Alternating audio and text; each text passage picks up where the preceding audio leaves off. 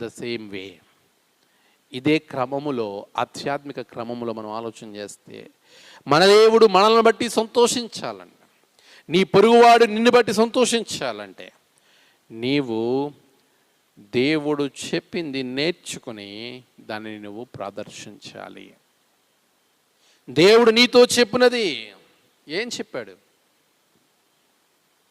ప్రభు మనతో చెప్పిన విషయాలన్నీ మనం చేసినప్పుడు మన జీవితాల్లో సంతోషాన్ని కలిగింపజేస్తాయి. 119వ సంకీర్తన 73 నుంచి 80 వచనాల భాగంలో ఎప్పుడు మనకి సంతోషం కలుగుతుంది? ఎందుకు యెహోవా యందు భయభక్తి కలిగిన వారు ఆయన్ని చూసి సంతోషిస్తున్నారు అంటే, మొదటిగా 73వ వచనంలో అంటున్నాడు, నేను నీ ఆజ్ఞలను నేర్చుకున్నట్లు. చెప్పింది చేయడం అంటే దేవుడిచ్చిన ఆజ్ఞ. నేను నీ ఆజ్ఞలు నేర్చుకున్నట్టు నాకు బుద్ధి దయచేయము.